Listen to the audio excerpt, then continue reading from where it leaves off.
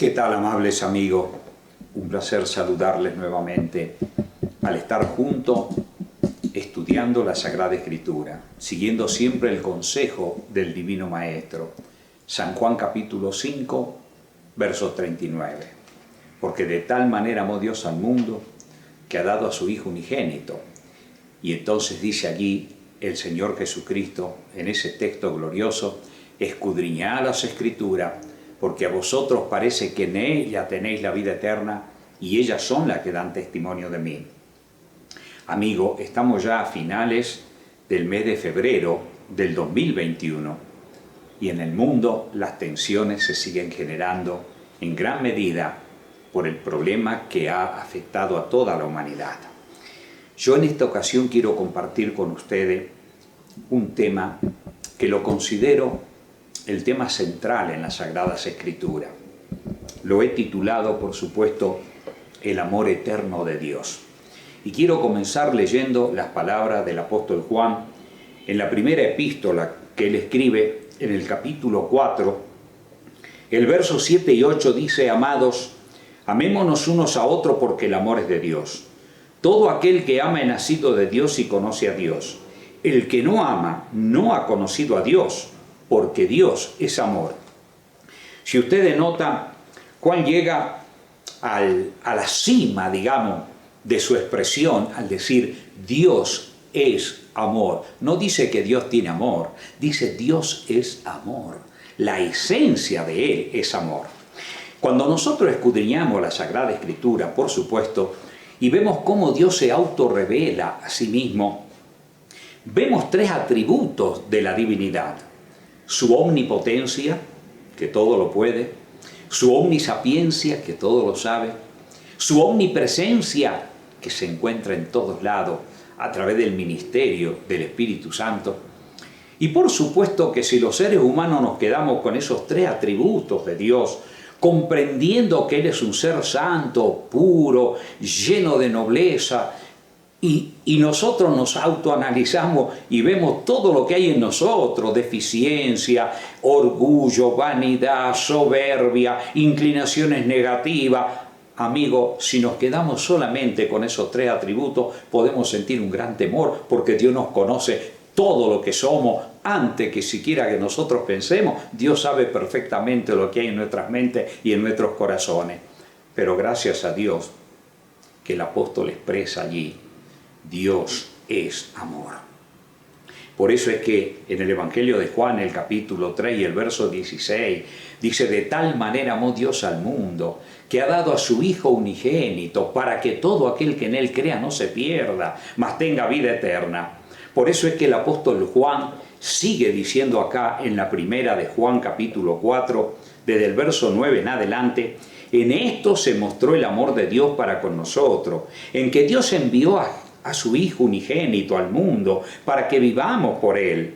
En eso consiste el amor, no en que nosotros hayamos amado a Dios, sino en que Él nos amó a nosotros y envió a su Hijo en propiciación por nuestros pecados. Amado, si Dios nos ha amado así, debemos también nosotros amarnos unos a otros. Nadie ha visto jamás a Dios. Si nos amamos unos a otros, Dios permanece en nosotros y su amor se ha perfeccionado en nosotros. En esto conocemos que permanecemos en Él y Él en nosotros, en que nos ha dado su Espíritu. Mis amados queridos, cuando leemos estas cosas y vemos el inmensurable amor de Dios en la persona de Jesús, lógicamente que surgen algunas preguntas muy interesantes. Por ejemplo, si nosotros analizamos a la luz de las Escrituras el ministerio de nuestro Señor Jesucristo, en la actualidad, toda persona que hablamos de Jesús, nadie va a ignorar o negar lo que Él fue: amoroso, dedicado, servicial, atendiendo a los enfermitos, resucitando a los muertos, inclusive dando una vida realmente abnegada de servicio hacia los demás. Pero la pregunta viene ahora acá: ¿por qué razón se levantaron contra Él los religiosos de su época, la mayor parte del sacerdocio hebreo, a quien Dios había puesto para que irradien en la tierra el mensaje de redención y del Mesías que vendría? Los hombres que manejaban los destinos del Estado. En aquel entonces los reyes, los hombres de Estado, ¿por qué se levantaron contra el Señor Jesucristo y lo crucificaron? Bueno, el apóstol San Pablo, al hablarnos de esta gran verdad, allí en la primera carta a los Corintios que él escribe, el capítulo 2, si ustedes notan desde el principio, el capítulo 2 tiene un título, Proclamando a Cristo crucificado. Pablo mostraba cómo él exaltaba a la persona de Jesús. Inclusive dice algo interesante. Así que, hermano, cuando fui a vosotros, dice, para anunciar el testimonio de Dios, no fui con excelencia de palabra o de sabiduría, pues me propuse no saber entre vosotros cosa alguna, sino a Jesucristo y a este crucificado. Noten que el apóstol dice: yo dejé de lado todo el conocimiento y el saber que tenía como miembro del Sanedrín judío, pero yo me dediqué a exaltar lo que significa la gloria de Dios en la persona de Jesucristo y este crucificado. Y sigue diciendo allá el apóstol, llegando al versículo 6, sin embargo, dice, hablamos sabiduría entre los que han alcanzado madurez. Y sabiduría no de este siglo, ni de los príncipes de este siglo que perecen. Noten, no la sabiduría humana que hay en la tierra. Mas hablamos sabiduría de Dios en misterio, la sabiduría oculta, la cual Dios predestinó antes de los siglos para nuestra gloria. Ahora miren lo que dice: la que ninguno de los príncipes de este siglo conoció, porque si lo hubieran conocido, nunca habrían crucificado al Rey de Gloria. ¿Qué tal? Dice que ninguno conoció, no comprendieron la misión redentora de Jesús, por eso se levantaron contra él. Saben, hoy en día,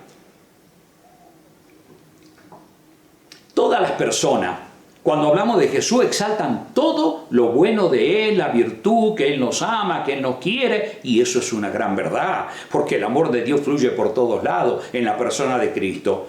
Pero hay algo que no destacan de Él. Por ejemplo, ¿qué hablaba Jesús en esa época a los hombres de Estado y a los dirigentes religiosos para que tuvieron que tomar las medidas que ellos tomaron? Si nosotros vamos al Evangelio, según San Juan, allí nos encontramos nosotros con el capítulo 7 del Evangelio de San Juan. Y miren lo que dice. Comienza inclusive el título del capítulo, Incredulidad de los hermanos de Jesús. Dice así: después de estas cosas andaba Jesús en Galilea, pues no quería andar en Judea porque los judíos procuraban matarle. ¿Qué tal? Ya habían sentenciado matarlo a Jesús.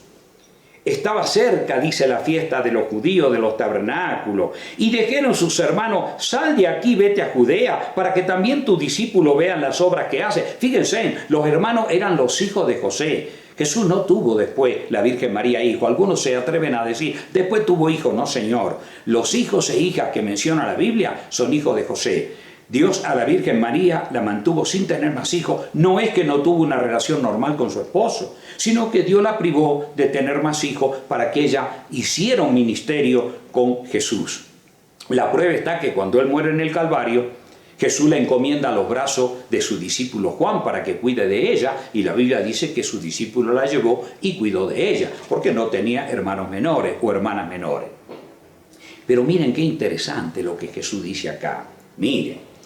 Dice allí el versículo 5, porque ni aun sus hermanos creían en él. Entonces Jesús le dijo: mi tiempo aún no ha llegado, mas vuestro tiempo siempre está presto. No puede el mundo aborreceros a vosotros, mas a mí me aborrece, porque yo testifico de él que sus obras son malas. ¿Qué tal? ¿Qué decía Jesús? ¿Por qué lo aborrecían? Porque él mostraba las corrupciones que había, la impiedad que había, la falsedad que había en el sacerdocio hebreo. Todo el Señor Jesús lo desenmascaraba. Por eso lo mataron a Jesús. ¿Qué les parece si Jesús aparece en el escenario histórico ahora? Todos tenemos un concepto elevado de él, pero Jesús comienza a mostrar lo que está pasando en la tierra. Jesús comienza a desenmascarar todo lo que ocurre en la faz de la tierra, en los hombres de Estado, en los hombres religiosos. ¿Qué harían con el Señor Jesucristo? ¿Ustedes creen que duraría menos que lo que duró en aquel entonces? Porque la corrupción es tremenda. Ahora, mis amigos, muy bien. Estamos hablando en este tema del amor inmensurable de Dios. Aquel que es luz eterna, aquel que habita la eternidad, aquel que sustenta todas las cosas con su poder.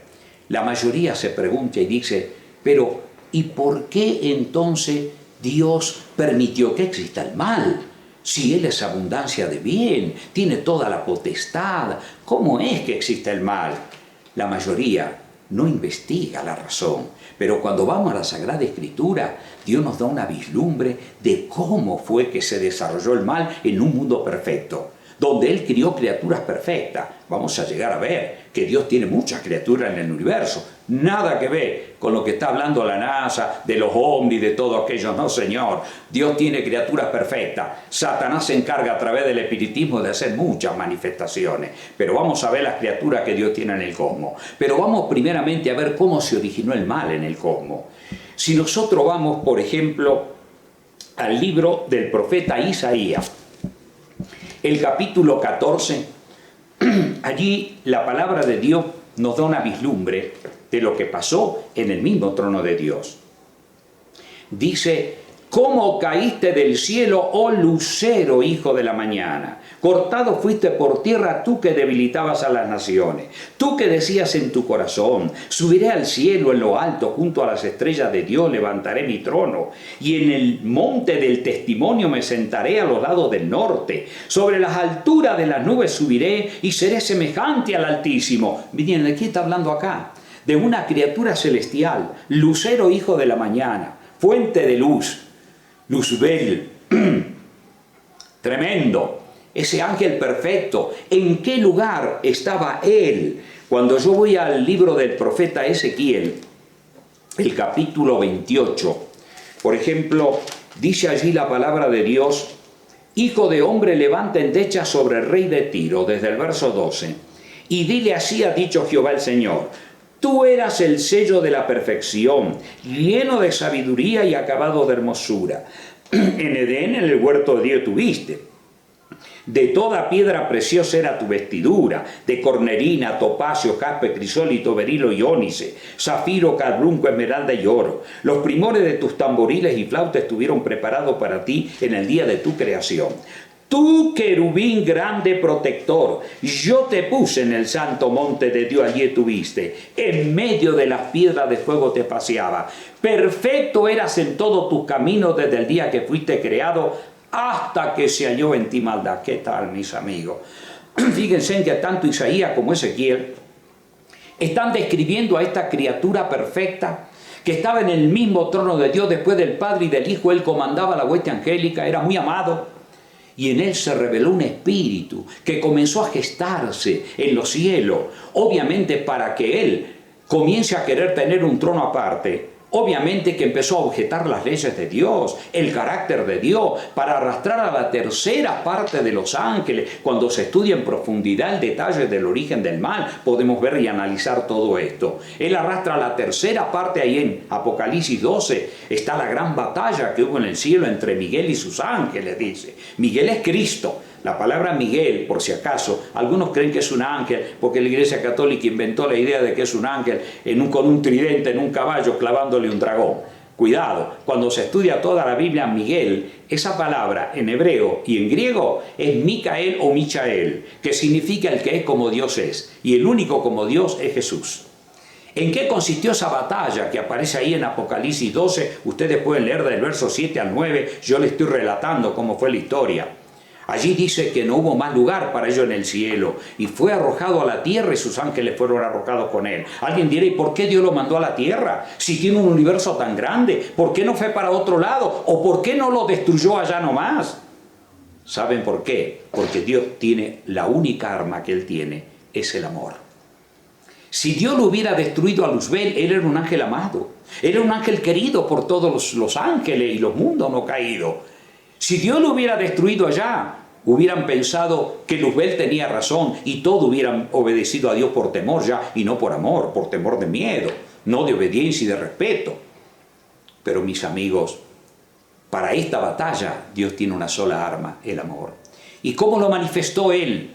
hasta el momento que Él fue a tentar a los otros mundos, pero ninguno aceptó el plan de Él. Cuando Dios creó la tierra, nuestros primeros padres cedieron a sus sugestiones, a su engaño, pero Dios puso inmediatamente el plan de amor a esta tierra, para que todo el universo comprendan que Dios es amor. Satanás usaba el arma del engaño, usaba el arma de la mentira, usaba el arma de todos esos elementos que Jesús lo desenmascara ahí en el Evangelio de Juan, el capítulo 8, cuando habla con los líderes religiosos, que se oponían y querían matar a Jesús y creían que eran hijos de Dios. Jesús les dice: vosotros sois hijos de vuestro padre el diablo, y los deseos de vuestro padre queréis hacer. Él ha sido homicida desde el principio y no ha permanecido en la verdad. Cuando habla mentira, de suyo habla, porque es mentiroso y padre de mentira. Estoy citando textos que están en San Juan capítulo 8. Ustedes pueden buscarlos y leerlos allí.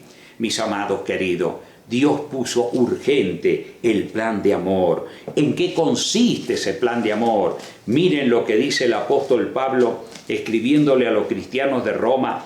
Dice el verso 25: y al que puede confirmaros según mi evangelio y la predicación de Jesucristo según la revelación del misterio que se ha mantenido oculto desde tiempos eternos, pero que ha sido manifestado ahora, y que por las escrituras de los profetas, según el mandamiento del Dios eterno, se ha dado a conocer a toda la gente para que obedezcan a la fe. Al único y sabio Dios, sea gloria mediante Jesucristo para siempre. Amén. ¿Qué tal? El misterio que se mantuvo oculto de tiempos eternos. O sea, le llama misterio no porque no puede ser comprendido, sino porque Dios lo revela y tenemos que entenderlo a la luz de la autorrevelación que Dios hace en la Sagrada Escritura. O sea, el amor de Dios fluía de Él, sabía que al crear sus criaturas algunas se iban a revelar, pero Dios puso rápidamente de manifiesto ese amor. Si nosotros vamos, por ejemplo, al libro del profeta Jeremías también, allí, por ejemplo, tenemos el capítulo del profeta Jeremías. Dice él lo siguiente, Jeremías 31:3: Jehová se manifestó a mí hace ya mucho, diciendo: con amor eterno te he amado, por tanto te prolongué mi misericordia. ¿Qué tal? Con amor eterno. Mis amados, ¿en qué momento Dios pone en acción ese amor? Ni bien nuestros primeros padres pecan. Cuando nosotros vamos al libro del Génesis, allí vemos nosotros que Adán y Eva, tristemente, después de que cometieron sus pecados, ellos inmediatamente escuchan la voz de Dios y se ocultan. ¿Por qué? Porque ellos se dieron cuenta que estaban desnudos. La pregunta es: ¿y qué acaso Dios no lo creó desnudo, como dice la Biblia? Es que la Biblia está escrita en un lenguaje humano y a veces no se dan detalles.